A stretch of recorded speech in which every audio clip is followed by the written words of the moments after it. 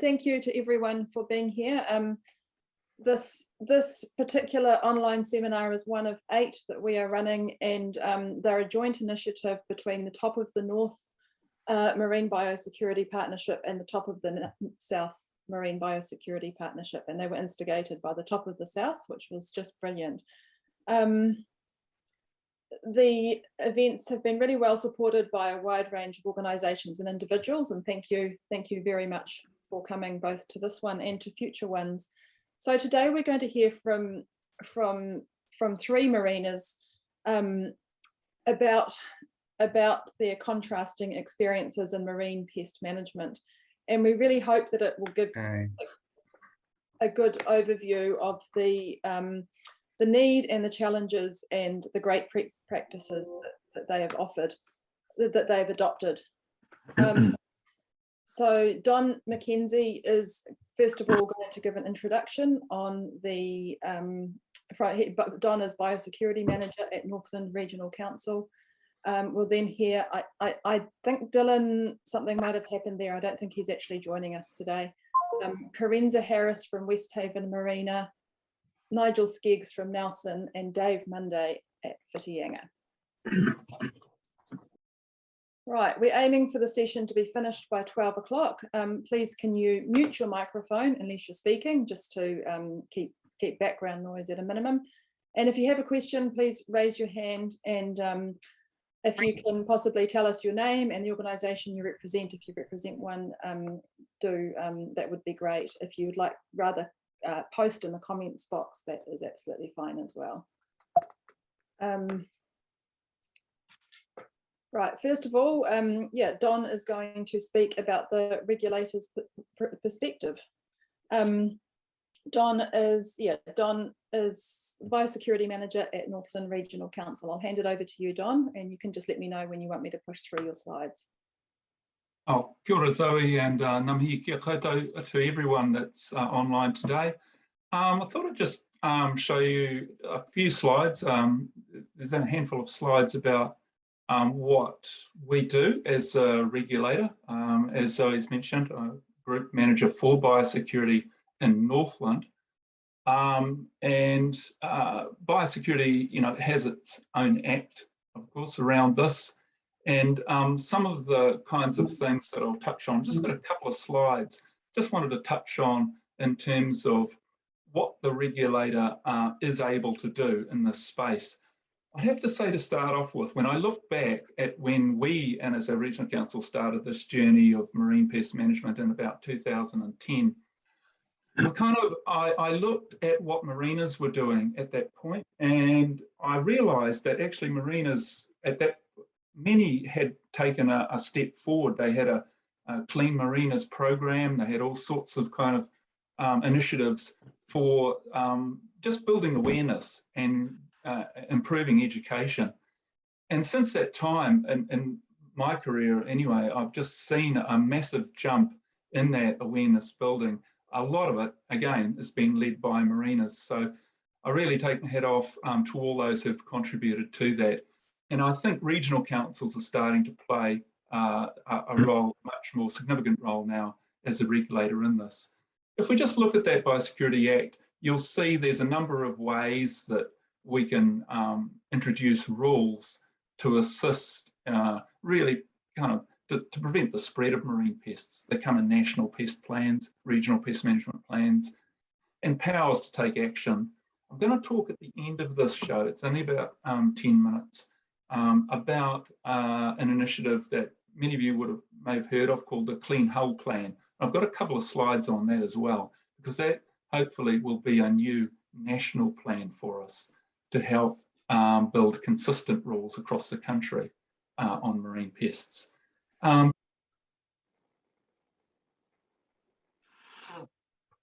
Now, look, from the regulator's point of view, and being in this part of the business for more than a decade, really, we do understand some of these challenges for boat owners, and they get sheeted home to us whenever we, want to talk about, imposing a rule at a regional scale. The whole issue around anti-foul effectiveness has met resistance and of course come up against new environmental regulations. They are only destined to get tougher. I really see across the country this lack of anti-fouling and cleaning standards as a national standard.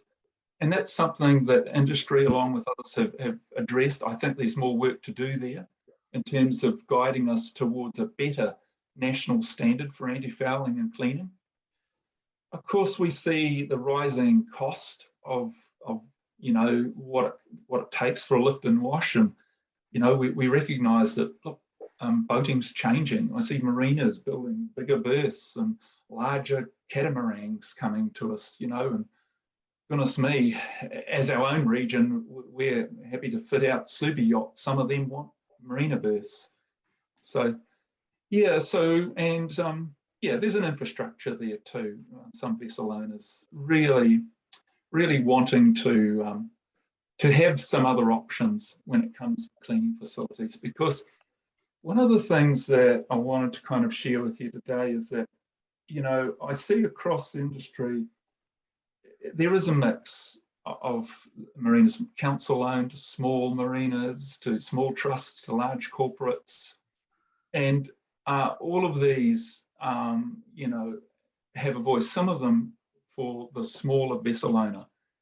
So in this issue of marine pest management and trying to prevent the spread of marine pests, it's really part of our role to try and address this across the board, regardless of whether they might have an interest in joining a marina or not. And a lot of those people on pile moorings, or some of them at anchorage, are also part of the stakeholder group that, we really like to think that they're part of the solution and not part of the problem. So marinas have played and playing now this vital role in communication and marine protection, helping to prevent the spread of pests, communicating and encouraging best practice, and just working with councils on these issues of regulation. And I think together we're going to see a better way forward. So thanks, Zoe, for the next one.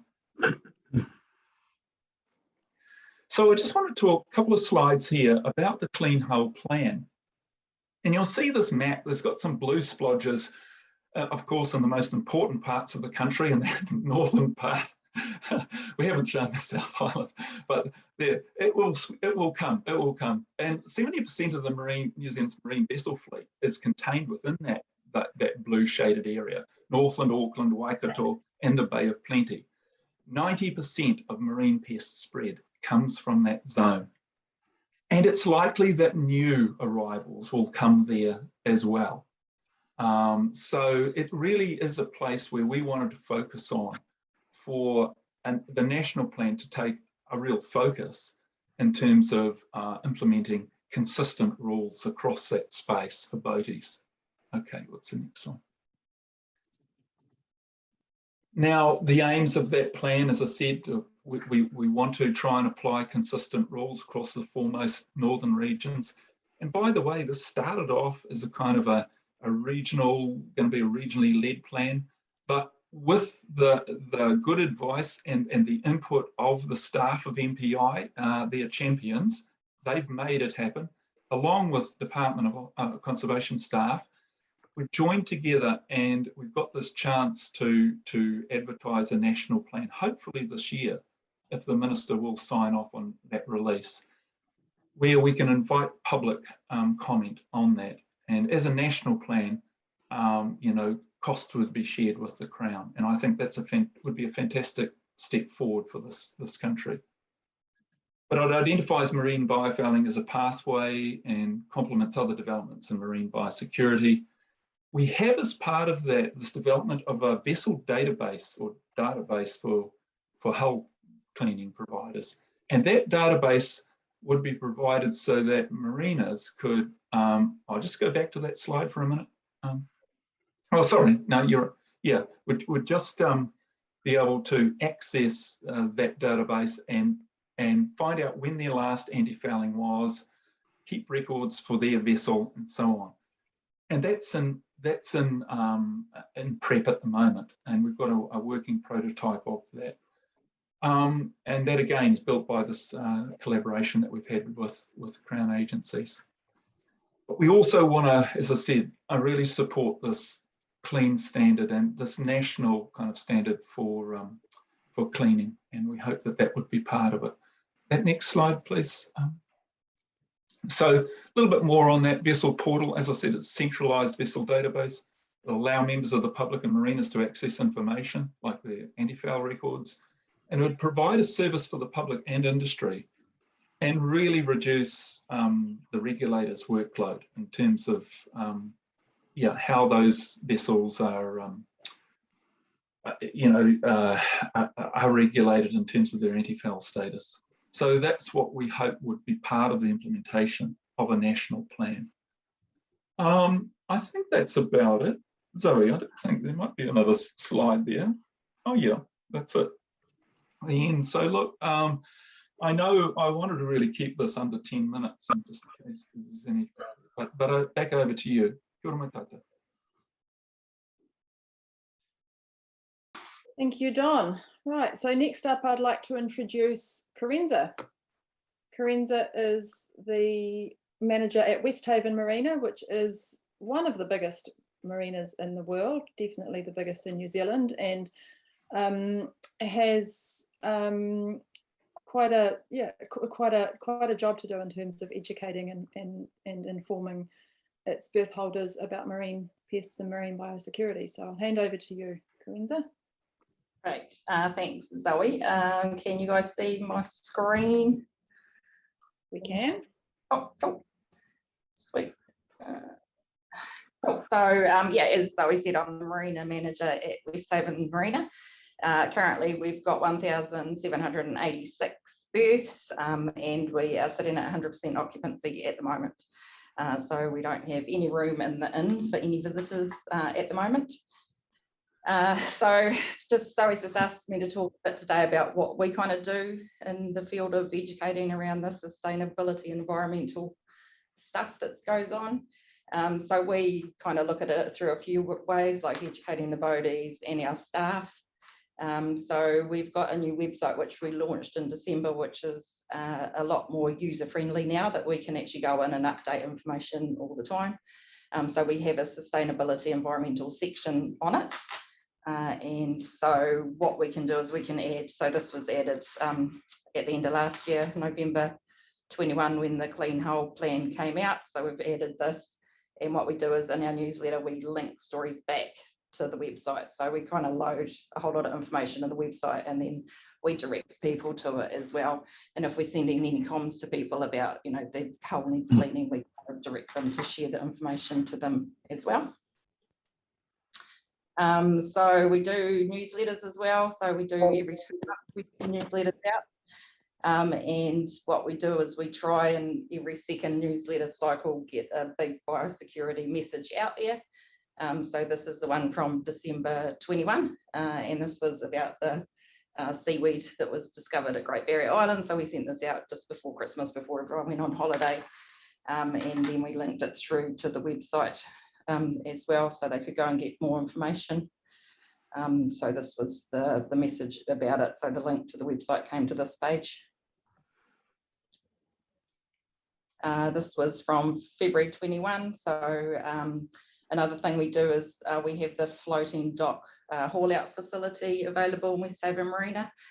So we do a promotion once a year to kind of promote them a bit, and we have as part of our newsletter going out, we do a promotion, so you can put the code in when you book your clean, and then you get your costs reimbursed. So we promote using the haul out facilities through Westhaven as well through the newsletter. So yeah, the floating dock marina services is in Westhaven at the end of X-Pier, and it lifts and cleans, and it does up to 18 metre boats. And we do quite a bit of promotion for them through our website, and the annual draw, plus we do a customer service survey draws that you can get a $100 voucher for them as well. So we're trying to continually promote the consistent lifting and cleaning of the hulls, boat hulls. And then just if we don't have a big story to tell about it, we still just add little reminders. So this was from June last year, that just a reminder that the regulations changed in April, and it kind of took you through a link back to that page. So it's kind of more the constant in every letter. We kind of just chipping away at them just to kind of hopefully that be one day that they can't just pretend that they didn't see anything, because we promoted enough. All our gates now, we have new poster holders on them. So what we do is we rotate a whole lot of posters around the marina. So these have just gone in now, and we've got posters from the Auckland Council. So we get them on all the gates, so people, when they scan, it's kind of right in your face. You're looking at posters like that one there about all the marine pests. So again, it's another way of getting to them. Like when they scan their swipe, it's right there in front of them, so they can't say that they didn't really know anything about the clean hulls. During the summer season as well, we support the biosecurity education trailer. So that sets up at West Haven, works its way around the car parks and spends a weekend with their team, just talking to the boaties and just in an educational kind of role about the Clean Hull program. And our staff as well. So we think it's quite important that all our staff are aware of all the pests. So we attended the pest ID workshop, and then we bring all the materials back. We share it with the staff as well. So we have monthly toolbox meeting, and one of the agenda topics is usually on the biosecurity and just getting them, training them how to identify the different pests that are around, because the dock masters who are up and down walking the docks all the time, they're the ones that see the boats and they can look at the conditions. So they'll report back to us if we have any really, really bad cases, which we'll then get in touch with, send them an email, tell them they need to clean their hull.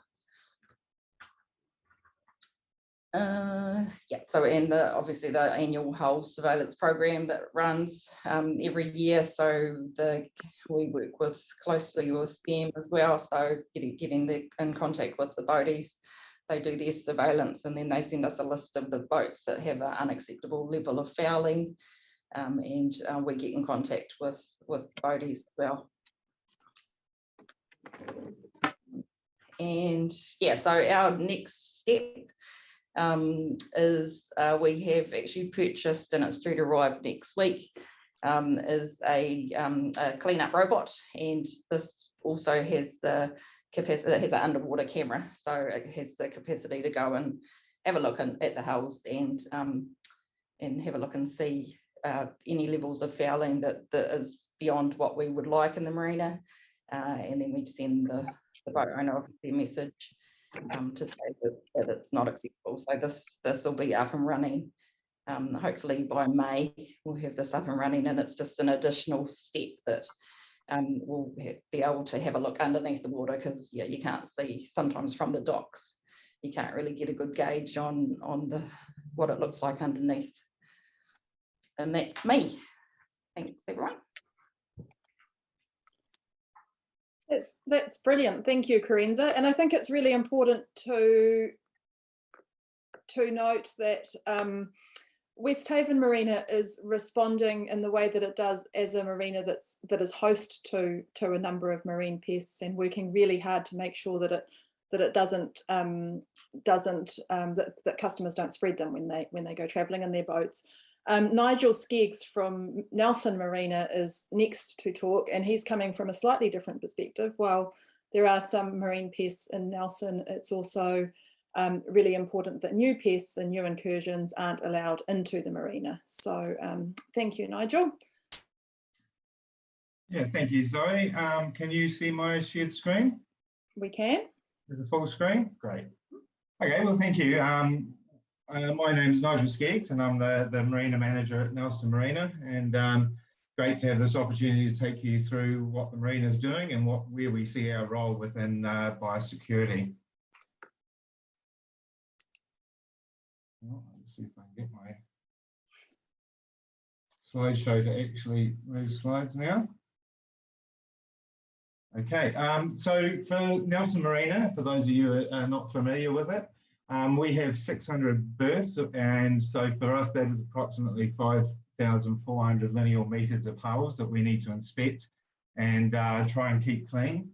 On top of that, we've also got to deal with our structures. So we've got over 4,500 lineal metres of floating structure, which are also obviously areas where biofoul and contamination lives and where it's spread between the boat and the marina. And we also need to keep clean and inspect all of our piles. So we've got about 1,260 lineal metres of piles that are constantly under the water that are requiring to be cleaned and inspected as well. We also at the marina do have our own travel lift facility, and we have got 14 spaces that are available for assisting boats to come out of the water. And we have also this year introduced a new, for biosecurity, a new half-price lift. So we're doing half-hour lifts for our tenants where they can come out, be water blasted and straight back into the water. It doesn't allow them time to do any work under the boat, and we're quite strict on that, but it has had some great uptake in the last 12 months. Now, why we do this is obviously we have the Nelson, or the top of the South region, for as far as the marine sector is concerned, has a significant economic impact. So we're very conscious of this, and we're very conscious of our role within the biosecurity framework. Marine aquaculture is a big one of that. Salmon farming is producing over 6,000 tonne a year, and over 65,000 tonnes of green lip mussels per year within the Marlborough Sounds. So that's 80% of New Zealand's commercially grown seafood, and has results in over $300 million in exports. So obviously the marine farms and marine farmers are very concerned about biofouling, and it's our role to make sure that the boats that are moving into those regions are clean. Also for Nelson, we have the largest largest fishing port in New Zealand, both with foreign and domestic vessels. Recreational boating is really important. We have over 3,000 visiting yachts from around New Zealand and international vessels coming to the top of the South every year. And each of those has been calculated around $8,000 worth of direct spend per customer that comes to visit. Tourism is also very important. We have national parks. We have the Able Tasman National Park, and we have Queen Charlotte walkways. Those areas need to remain pristine and clear of biofouling, and they are contributing over $45 million, the Able Tasman National Park, to our local economy. And Queen Charlotte National Park or walkway is contributing over around $9.5 million to the local Marlborough economy as well. And then we have quite a major shipping port here with commercial shipping, New Zealand, Nelson being quite a large exporter through our grapes and timber and other vegetables and fruit. We've got over $80 million worth of gross earnings out of the port, and it contributes to about 1/3 of the regional economic activity and employment within the Nelson region. So for Nelson itself, the history of our marine pests, we have 3 main ones that are currently established in Nelson. We've got Sciella, Undaria, and Clavelina. These 3 are now here. We are monitoring them, but we now have moved away, and there's no possibility for eradication of these species. So this is a really important function for us to understand that they are here and to educate our customers to make sure that they don't spread into other areas. This did happen back in 2006 with Clavelina, which was originated in Nelson, likely from a foreign ship, but since has spread up through Auckland as well. We are quite infested with them now, and there's very little that we can do with the light bulb sea squirt. What we're working to control on, which was a concern for Nelson, is Sabella, or the Mediterranean fanworm. That has arrived, that came into Nelson, and we've been working on quite a strong program, which we'll look at on the next slide, to try and eradicate the fanworm from Nelson and make sure we keep it that way. We're also concerned about other sea squirts, the Eutostoma and Pyaura, and we're currently monitoring those as well to make sure they don't come from the northern region in particular down into our region in Nelson. In terms of Sabella, or the Mediterranean fanworm, back in 2013, there were quite a few incidences found. There were around 13 on the marina itself, and we found species on 2 vessels. Same through 2014, and when with considerable dive team and help from the Top of the South Biosecurity and Council, we have managed to reduce those numbers over time to the point where we haven't found any in 2021. So it's an encouraging trend that's going down, but it's certainly not one for which we need to rest on our laurels, and we are doing regular inspections to ensure that that remains the case.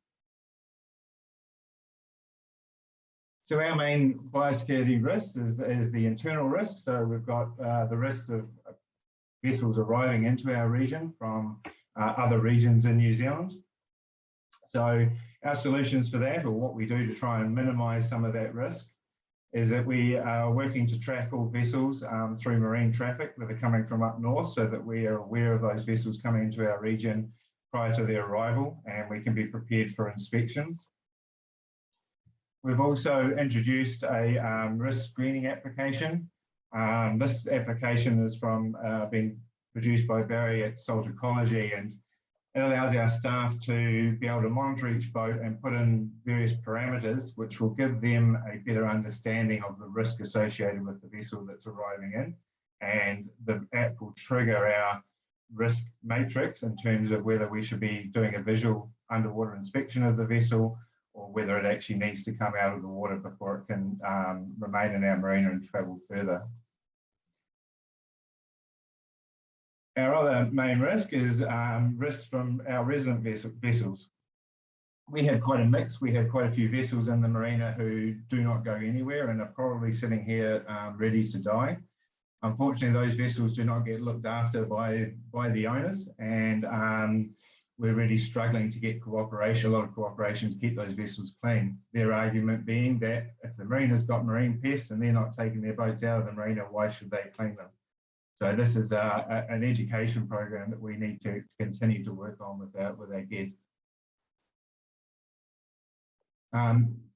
So we do that through education and certainly first through regular screening of our own resident vessels, both from the dock and underwater. And we're using education and trying to encourage compliance with our residential vessels and make them understand the consequences of decisions that they make, either to go over to the marine parks and decide to clean the bottom of their boat over there and drop the marine pests into the park, or just generally spreading them to other regions. So as a marina, what does our toolbox look like? What tools do we have to try and assist our customers to do the right thing?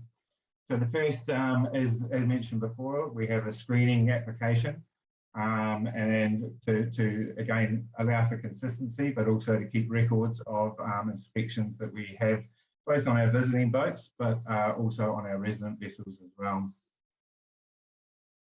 More recently, we've purchased a drone, which is proving to be extremely effective. The cost of diving was getting quite prohibitive for the marina, and of course there's still times when you do need to use a diver. But we've found that the drone now, we can inspect vessels a lot quicker, and for the capital cost of what was about $4,000, it amounts to only about a week and a half of diving. So our team have all been trained in that and using the drone. And the particular one that we have, which you see here, the chasing drone, and that's a picture of actually in the marina of the drone at work. We have got, it's 4K resolution, big floodlights, we can see quite well even though the marina is quite murky. And it also allows us with the claw to take a sample. Then if we decide that the boat is dirty and needs to be cleaned, the marina does have its own marine travel lift. We were able to lift the vessels out of the water and collect and capture and dispose correctly of all the biofouling.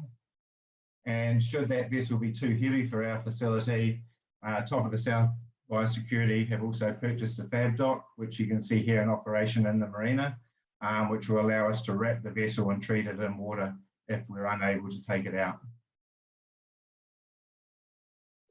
So what is our role, and in fact any marina's role in biosecurity? I think number one, and the first stage is education. So like Westhaven, we do quite a few newsletters talking about biofouling. Top of the South Biosecurity also run, partnership also run workshops where we'll actually look at vessels and ask people to come down to the marina so that they can see what we're looking for and what species are invasive and need to be looked at. And we do various other biofouling and anti-foul workshops as well to educate our customers. Secondly, our role is to monitor. So we work with MPI and NIWA, who fortunately we have NIWA on site. We also have the council does annual dive surveys in conjunction with Top of the South Partnership. Our staff are monitoring and being educated in species identification. We obviously are keeping strong records of haul-outs and inspections of all vessels within the marina. And we're also part of the Marine High Risk Site Surveillance Program through Biosecurity New Zealand, which also assists us from an independent perspective. Our next role after monitoring is cleaning, of which we have the travel lift and the fab dock available to ourselves. Fourth is enforcement, which can be a bit of a challenge, but we do have enforcement provisions. We've put them into new license agreements this year. So we have that contractual obligation for the vessels to remain without extensive biofouling. We also have the Nelson Marine Safety Bylaw. So there is a bylaw provision now as well for biosecurity to ensure that vessels under the bylaw can be prosecuted. And then finally, we can fall back on that on the Biosecurity Act. And then the final part of what we're doing as a marina is certification. And this, we're seeing more and more need for this, particularly as many boats come from our region and are heading into Marlborough or further south down into Fiordland. So it's getting the boats out of the water, cleaning them, inspecting them, and then actually certifying those boats with a letter that will allow them to travel to another destination and explains through a third-party verification of when the vessel was cleaned and when anti-foul was last applied to that vessel. So I think from me, Zoe, that's everything from our side. That's what we're doing, and it's a constant battle, and it's something that's obviously extremely important and something that we're working on, and we really value the partnerships that we do have. We can't do it alone. We're very lucky to have the Top of the South partnership, as I believe Northland are as well as the Top of the North. And we value their support and and thank them for all their support so far. So thank you, Zoe. Thank you very much, Nigel. So we'll move on to a marina that was chosen to speak today because they are excellent marine biosecurity ambassadors and really do a great job of asking their customers to follow the rule that they use, which is the 6-in-1 rule. And Dave Monday can explain that to you and how it works. Dave is manager at Whitianga Marina. Morning all, can you all hear me? You can all hear me? We can hear you very well. Thanks. I haven't done a slideshow just because I just want to we've got quite a lot to control here because we have the big, Auckland region coming here, especially in summer. We've also got just up the river, and when it's completed, we'll have 1,000 boats in the waterways. And the biggest problem for us is managing who comes into the marina. You have a storm here on the East Coast like we've just had. Everyone wants to come in here. We are pretty strict on who we let in here. We like we say, it is a 6-in-1 rule. There is no exceptions in this marina because we know we are clean. We have about 200. We're only a small marina, so we're called I guess you'd call us a boutique marina with a hard stand. We've only got a 35-ton travel lift with 18 cradles on it. So imagine when this was built in 95, the hard stand was great, you know, for cleaning, but now we've got the waterways to deal with as well. We like I said, we're very strict on who we let in. If they can't prove that if they can't show us their clean hull cert, which every marina gives now, I'm pretty sure everyone does with a hard stand, unless they can prove otherwise, which is generally they can't, we don't let them in. They are allowed to, obviously they come in and get fuel, but if they haven't got a clean hull, they can't stay for longer than 2 hours at a time.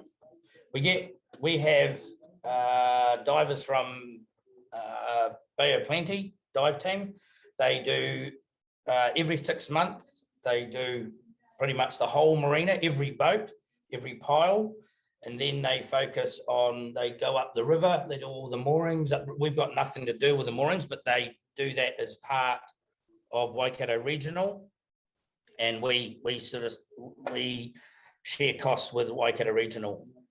The big thing for us up here now is, like I said, controlling the fan, trying to stop the fan worm. And you know, I still think it's we've got to teach people, because they do, and I think Nigel said it. Imagine a boat coming down, it's a beautiful clear day in the marine reserve, and they think, oh, we'll go and clean the boat. That's where it's going to happen. We see them out at the islands, at the Mercs, Great Mercury Islands. We see people in the water cleaning their boats, and I think it's just we need to educate people. We're doing a good job, but I think we need to do a lot better job. That's just what we see. We have people calling us when the ladies in the office take a booking. So many people still ring up and go, "What's the 6 in 1 rule? We've never heard of this." So that's where I think we've got to be better. And we get a lot of angry people when we don't let them in the marina. Even on a storm, we're like, well, you haven't been cleaned. And you can imagine some of the words that the ladies at the front desk get as well. We have signs like West Haven at the gates at both ends, and every walkway that you walk down. So our walkways are from A, B, C, D, E, and every walkway also has a sign. So you cannot go past it without actually looking at it. I tell you what, I do see a lot of kids looking at the signs, which is quite good. They're all standing there because there's crabs and, you know, the Asian paddle crabs, the fan worm. My big concern is this Australian tube worm that's in the waterways, and it's there to stay now. We have a lot of problems when we pull the boats out, like cleaning them it takes 3 times as long. My issue is just people not getting educated in places like that, where they'll come down for the summer and they'll say have a berth in Tauranga, where a lot of people have winter berths, or in Auckland. And they'll just go straight through and go and put their boat in winter up in the marina, and you wouldn't. And you know, a lot of people will just do that, and they won't even tell people. So we try to manage that, and we've had a lot come out in the last year, because it is getting bad up in the waterways, saying, oh, can we give them a clean stamp? And we can't, because we can't physically do that, because you can't get it all off. We do our best, and we tell them that you know, you can't just go and put it in winter in your berth. You have to, and they're sort of getting it now, which is good. Our guys on the hard stand are pretty ruthless with them, but then they get it, you know, because you know, at our end of the day, we say, well, you don't want to be that boat that brings it into that marina. So we do educate them a lot, actually, but I just think I'm going back to it, I think we need to do more, because there's still so many people out there that have just never heard of the 6 in 1 rule. We are doing a new build here at the moment, so it's a bit crazy at the moment with diggers. We're actually building a new outer wall, putting 31 new 18, 20 metre berths in. And I can't remember who it was. I think it might have been Nigel, but boats are getting bigger. And a lot of them actually, I mean, I don't think a lot of the people that are bringing it into the country now, I think they know. I think it's actually educating the people that are already here. For example, you know, you walk down Oiraki in Auckland, you know, and I do it all the time, just because since I've started this job, you know, you look down the sides and you just see the fan wen everywhere. And my concern is if it gets into the islands down here or the marine reserve, I'm not sure what that would do, because I'm not a marine biologist, but what you hear, I don't think it'd be too good. So that's pretty much what we do here. I'm sort of looking at my notes, but I do like that idea of the camera that Nigel had. I'm actually going to give him a call after this, because I have been looking at that as well, but there's nothing like getting in the water and actually physically looking yourself. So that's it from me.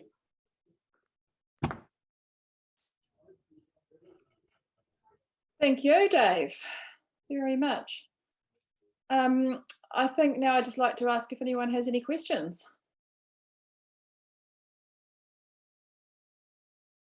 Nigel, are you able to tell us a little bit more about, and Carenza as well, a little bit more about your drone? I think Dave had that question for you.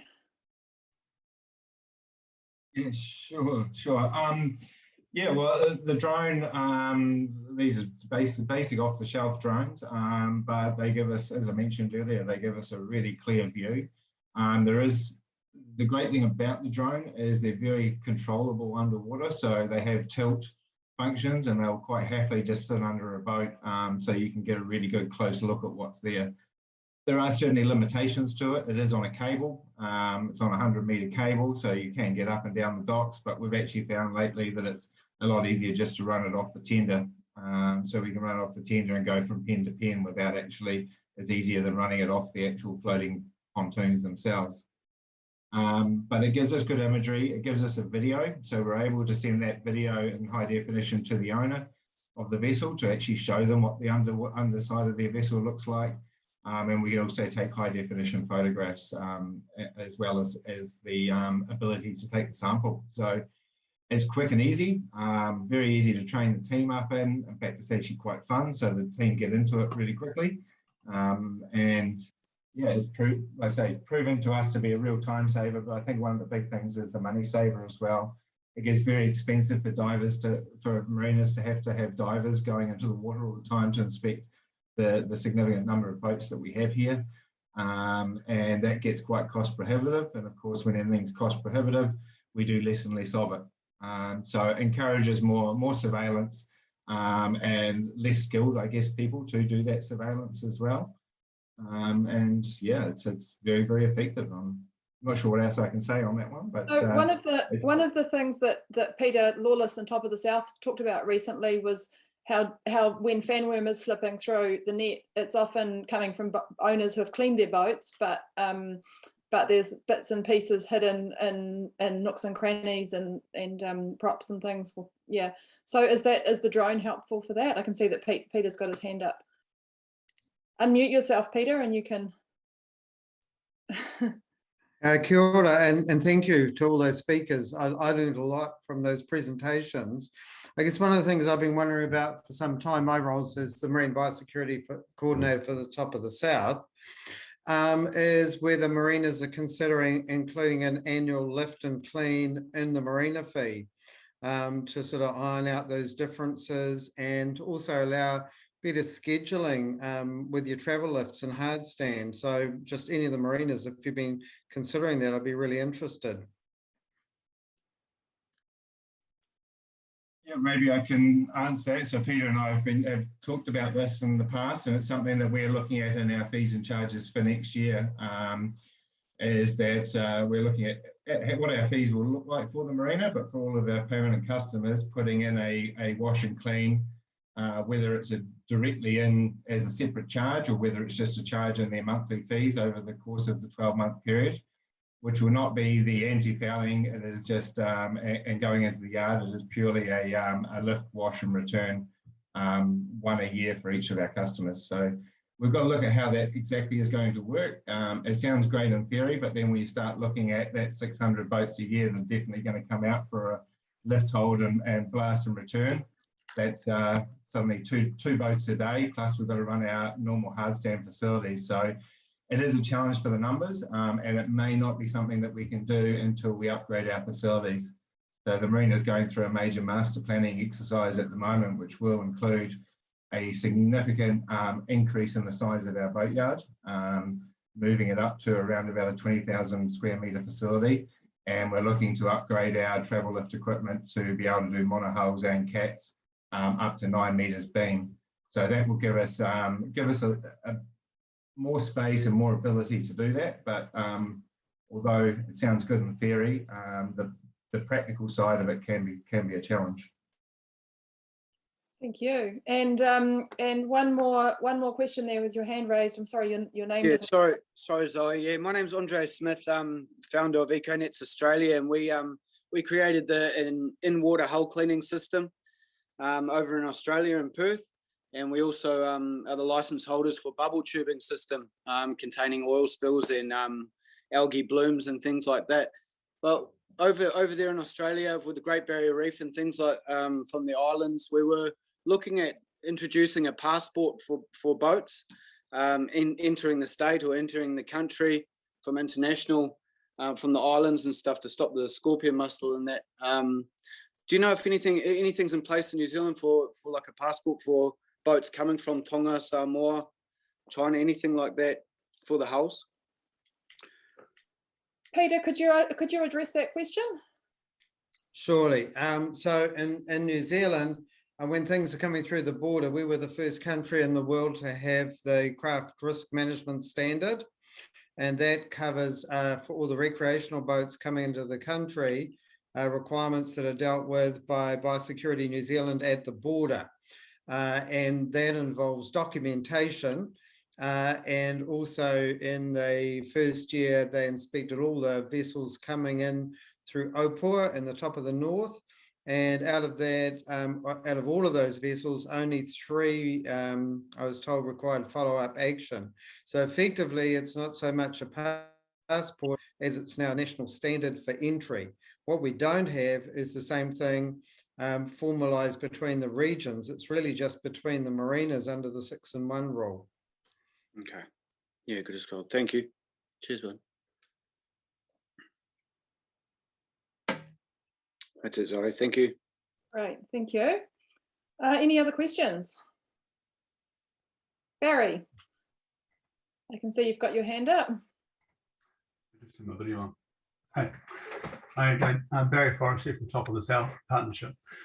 I mean, one of the projects that we have involves what we call our summer survey, which is inspecting boats that are active in the region, of around about 25% of which coming from away from Top of the South, and many from Wellington, but also a handful from the Top of the North area.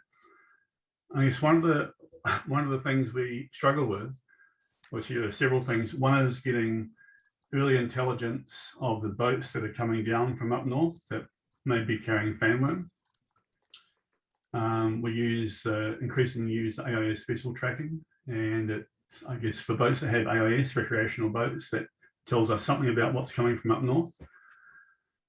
And we also, I guess, we struggle with 2 things. One is that we have boats arrive that have supposedly been inspected and cleaned and given the clean bill of health from dive companies, where we're finding things like styloclava or fanworm on their hull.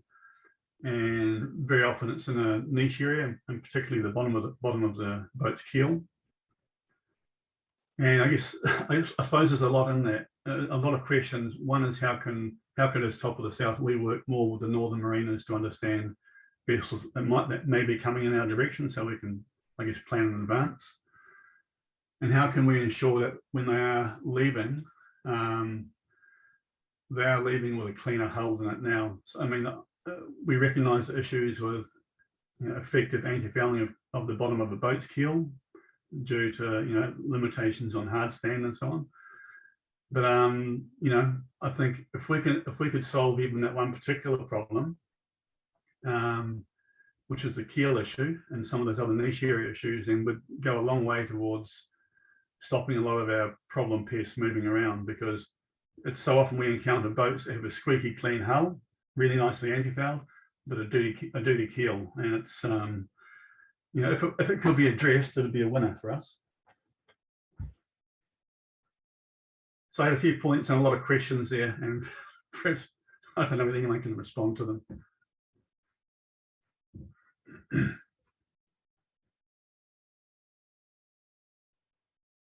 Peter's not. Food for thought, perhaps. Yeah. Don, do you have any response to Barry's comments? Zoe, I think we should offer a prize, Barry. Let's put it up. Yeah. It could be in the many hundreds, many tens of dollars. Mm-hmm. For the industry that solves this problem of a vessel owner paying a princely sum for a beautiful anti-fouling job, only to sail away and find that there is no anti-foul on the bottom of the keel or under the straps. Yeah. What will it take? And I just think the industry can. It's money. Yep, it's money in the vessel owners thing. There must be a solution. I don't know what it is, but it lies, I think, in the industry's hands, and perhaps collectively we need to address this somehow. Yeah. No, see it all the time. Yeah. Big and small.